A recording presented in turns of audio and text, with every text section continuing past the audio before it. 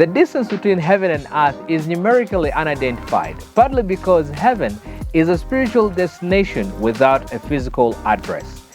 Jesus Christ, during the time that he walked on this earth thousands of years ago, the people in his time were expecting a Messiah who would come and take over the control of Israel and relieve them from the rule of the Romans and give them their liberty back. In other words, they were looking out for a liberator, a freedom fighter, a warrior of some sort, physically to fight against the Roman rule.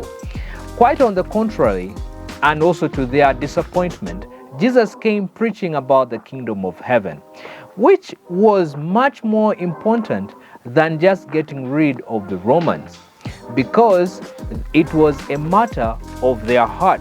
It was a matter of their attitude that they had to work upon, which would not resonate with them, since their expectation was something more physical, something more tangible. Now, the kingdom of heaven is not as physical as we may see the kingdoms of this earth. Looking at the distance that Jesus had to move from heaven to earth could have been quite a long distance and could have even been a shorter distance. We do not know, because we cannot physically estimate the distance between heaven and earth. Scientists were not able to discover where heaven is located. Why? Because it is a spiritual location.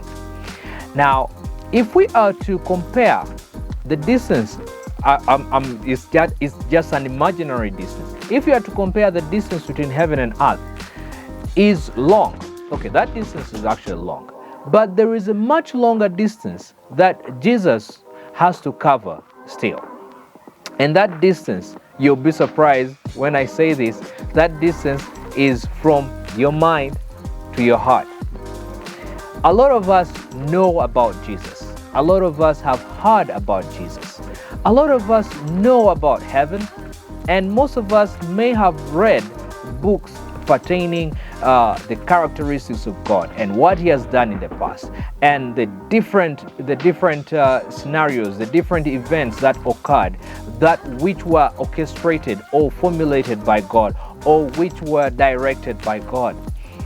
But we have not perceived that same God inside of our hearts, in that we have the head knowledge of who God is and what he's able to do, but we do not have the experience enough to tell us to personally have the perception of who God truly is.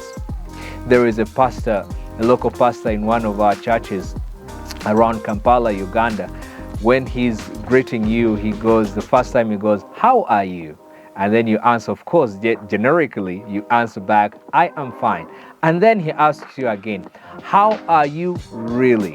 In other words, there is a generic answer, or there's a generic question that he may ask, and then there is a deeply rooted question which he would require to receive an honest answer, which is coming straight from their heart. So, here is the question. Do you know God?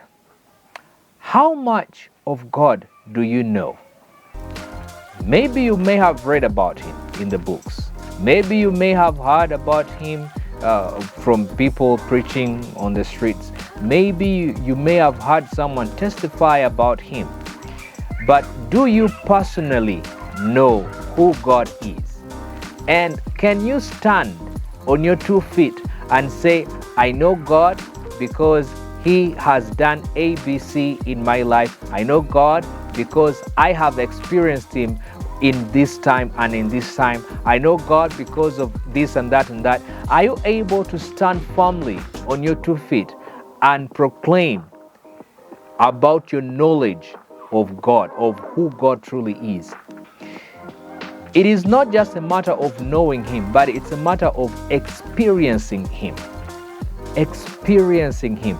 That's why in the Bible it says, "Oh, test and see that the Lord is good." In other words, you have a personal encounter with God.